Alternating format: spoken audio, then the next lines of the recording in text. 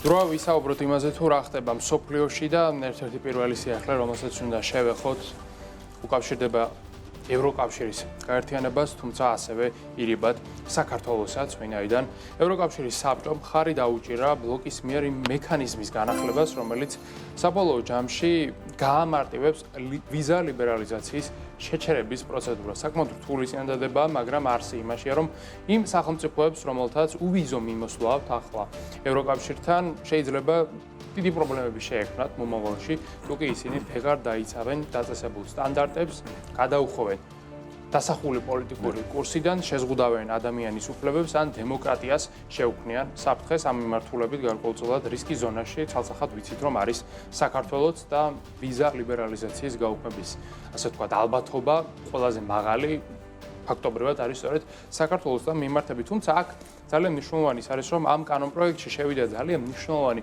შესწორება, რაც უკავშირდება იმას, რომ შეიძლება შეზღუდვები ამოქმედებს მხოლოდ და მხოლოდ კონკრეტული ადამიანების ჯგუფისათვის. ეს ადამიანები კი თეორიულად შეიძლება იყვნენ მაგალითად სახელმწიფო სტრუქტურების წარმოადგენლები, მთავრობის წევრები ან პოლიტიკოსები უბრალოდ და არც ქვეყნის მოქალაქეები 100%-იანი წილით. ამიტომაც დიდი მოქნილობის საშუალება აქვს ამ მიმართულებით ევროკავშირს. იყო მოლოდინა ფიქრი მასთან დაკავშირებით, რომ ევროკავშირი ამ ინიციატივას არც მიიღებდა, მაგრამ ფაქტია, რომ მიიღო, მართალია სახეცვლილი ფორმატი, თუმცა ეს მექანიზმი და ეს ბერკეტი ძალიან მალე უკვე ევროკავშირის განკარგულებაში ნამდვილად იქნება. კი ბატონო, და შეგვიძლია თამამად ვთქვათ, რომ გამარტივება სწორედ ის სიტყვა, რომელიც შეესაბამება ამ მექანიზმების ცვლილებებს. გადავინაცვლოთ საბერძნეთისკენ, სადაც საბერძნეთსა და უკრაინას შორის თხევადი ბუნებრივი გაზის ტრანსპორტირებასთან დაკავშირებით ახალი შეთანხმება გაფორმდა, როგორც ვერტიკალური, რომელიც არის ვერტიკალური კორიდორის სახელით ცნობილი.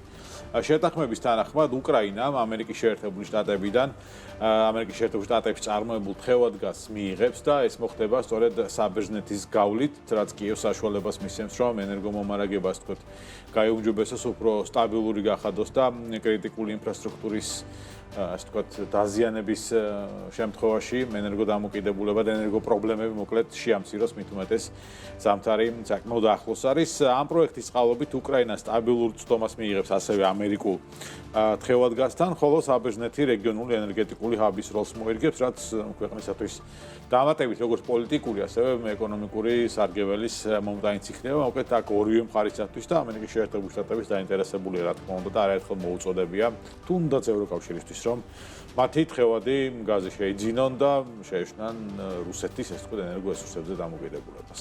ხო, საბერძნეთს ენერგეტიკული მიმართულებით კიდევ ერთი მნიშვნელოვანი სიახლე აქვს. ამერიკული ExxonMobil აპირებს საბერძნეთის ტერიტორიულ წყლებში ბუნებრივი აირის მოპოვებას, ვინაიდან საბერძნეთის გარშემო იონიის ზღვაში არის რამდენიმე საბადო, რომელთა ათვისებაც შეიძლება ამ საბადოებში რამდენიმე მილიონი კუბური მეტრი ბუნებრივი აირია, კვლევებიდან სწორედ ასე ჩანს და ცხადია საბერძნეთს არ აქვს იმისი ფუფუნება და შესაძლებლობა, რომ ეს ბუნებრივი აირი თავად მოიპოვოს, მას სჭირდება ამ შემთხვევაში ტექნოლოგიური პარტნიორი და ასეთი პარტნიორი არის ExxonMobil, მასზე უკეთეს პარტნიორი, სადაც თუ არის საკითხავია პლანეტის ერთ-ერთი ყველაზე გამოცდილი კომპანია არის ბუნებრივი რესურსების მოპოვების მიმართულებით, თანაც ამერიკული კომპანია შესაბამისად ნდობა და ასე ვთქვათ ინტერესი ყველანაირად ამ მიმართულებით არის. თავად ExxonMobil-იც რა თქმა უნდა მიიღებს ამეთი ძალიან დიდ სარგებელს და ეს საბერძნეთისათვის იქნება კიდევ ერთი დამატებითი შემოსავალი ქვეყანას. შეუძლია რა თქმა უნდა ბუნებრივი რესურსებით და თავისი გეოგრაფიული ლოკაციით სარგებლის მიღება და ეს ამ ქვეყანას ახლა ძალიან სჭირდება, რადგანაც საბერძნეთის ეკონომიკური მდგომარეობა ბოლო 15 წელია დიდად გამორჩეული და სახარბიელო არ არის. იქ დიდად ტექნოლოგია არ ვითარდება, ინოვაციურად ასე ვთქვათ, წინყოფი ქვეყანა ვეღარ არის, არადაერ დროს პლანეტის ფრონტის წინახაზზე საბერძნეთი იყო, მაგრამ ის დრო წავიდა, ახლა უკვე საბერძნეთი ეძებს ყველანაირ გზას, რომ მეტი ფული იშოვოს და ფული შოვნის ერთ-ერთი საუკეთესო გზა არის სწორედ ენერგო რესურსების მოპოვება და შემდეგ ბაზარზე გააკეთა. ეგ დრო კაიხნის წინ წავიდა საბერძნეთის კი ბატონო. პრინციპში შენ ახსენებ ExxonMobil და Chevron-იც უნდა შემოვიყვანოთ ახლა ჩვენს ამბებში, შედარებით სხვა კუთხით, მას შემდეგ რაც ამერიკის შეერთებული შტატების სახაზინო დეპარტამენტმა დააწესა სანქციები ლუკოილის და როსნეფტის მისამართით, პრაქტიკულად ყოველდღიურად მიდის ასე ვთქვათ ინფორმაციის გავრცელება და მსჯელობა ლუკოილის აქტივებთან დაკავშირებით, რომელიც ყველას უნდა მისეღებინოს. უნდა გასხვისდეს და ძალიან ბევრი დაინტერესებული მხარე გამოჩნდა. მათ შორის ერთ-ერთი ბოლო ინტერესი ასე ვთქვათ არის Chevron-ის მხრიდან, რომელიც არის ამერიკული კომპანია და როგორც ცნობილია, კონსულტაციებისთვის მიმართავს იგი ტრამპის ადმინისტრაციას და სურს რომ ლუკოილის აქტივები შეისყიდოს. არ ვიცით საუბარი აქ ამ შემთხვევაში გლობალურად ყველა აქტივზეა თუ რაღაც კონკრეტულზე, თუმცა ყოველ შემთხვევაში შევრონის ინტერესი ფაქტია და დასტურდება. უნდა აღინიშნოს, რომ ლუკოილის აქტივების შესყიდვის უკვე 10-მდე მსხვილი მოთამაშე არის დაინტერესებული, რომელთაც განსხვავებული წარმომავლობა და ინტერესები გააჩნიათ. ესეთი რბოლა მიდის კონკურენტული ამ შემთხვევაში. ბოლო ესეთი ინტერესი, რომელიც განხილვის თემა იყო, ეს იყო გუნვორის მხრიდან გამოთქმული ინტერესი შვეიცარიაში რეგისტრირებული კომპანიიდან, რომლის კავშირებიც ლუკოილთან მარტივად იკვეთებოდა და შესაბამისად ძალიან მარტივადაც ამერიკის შეერთებულმა შტატებმა დაბლოკა ეს ტრანზაქცია და გუნვორი ვერ გახდება ლუკოილის აქტივების მფლობელი. ერთი ჯიბიდან ვერ ამოიღებს ლუკოილი და ვერ ჩადებს მეორე ჯიბეში, იგივე ასე ვთქვათ, კომპანიის, უბრალოდ სხვა გარეგისტრირებულის.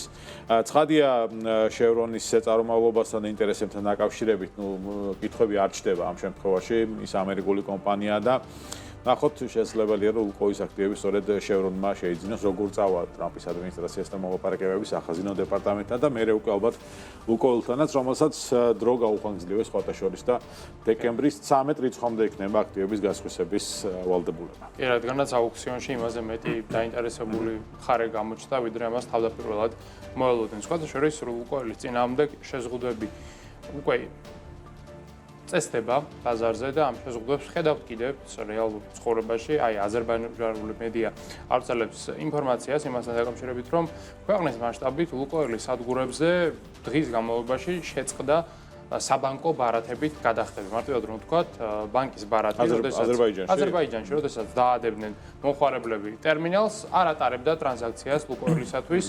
ამას გამოეხმაურა კომპანია და თქვეს, რომ ეს მხოლოდ ტექნიკური ხარვეზი იყო, მაგრამ რანაირად შეიძლება ყველა ბანკს ერთდროულად ქონოდა ხარვეზი, ეს აბსოლუტურად გაუგებარია და მედია იტყობინება იმას, რომ სავარაუდოდ ეს ყველაფერი იყო დაკავშირებული ამერიკის სახაზინო სანქციებთან. ძალიან დიდი ალბათობით ბანკებს მიუვიდათ შეტყობინება ამერიკის ხაზინის მხრიდან, რომ ძალიან მალე ახლოვდება სანქციების ამოქმედების დედლაინი, რომელიც არის რეალურად კვირის ბოლოს და ამის შემდეგ უკვე ლუკოილთან საქმის დაჭერა იქნება რისკის შემცველი და გარკვეულწილად აკრძალული, ამიტომაც შეიძლება უკვე ამ ბანკებმა ან სატესტო რეჟიმში უკვე დაიწყეს აკრძალვის ამოქმედება, ან უკვე მართლა აკრძალეს ლუკოილისათვის სერვისების გაწევა. მოკლედ რა და როგორ მოხდა ჯერ არ ვიცით, ეს გამოვლინდება, მაგრამ ფაქტია, რომ აზერბაიჯანში ლუკოილის სადგურებზე გუშინ და დღესაც პრინციპში უწევდათ ნაღდი ფულით ქეშით თანხის გადახდა.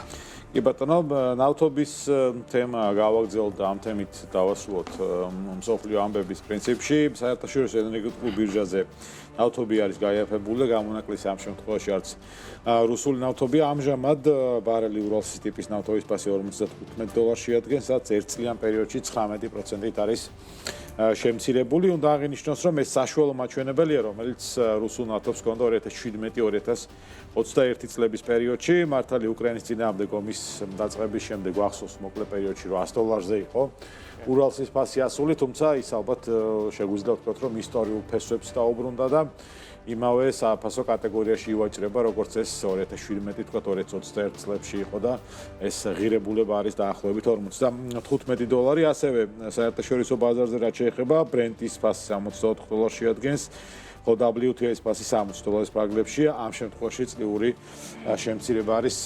13%. პრინციპში ნავთობის ფასების შემცირება უკავშირდება იმას, რომ OPEC-მა გარკვეული გადაწყვეტილებები მიიღო, ამ მიმართულებით რაღაც კითხვის ნიშნები არანაირად არ არის, ასევე მოთხოვნა მიწოდების ნაწილში სტაბილურობა და ასე ვთქვათ ნეგატიური მოლოდინებიც არ არსებობს, სწორედ ამიტომ ნავთობის ფასები კლებას აჩვენებს საერთაშორისო ბირჟებზე.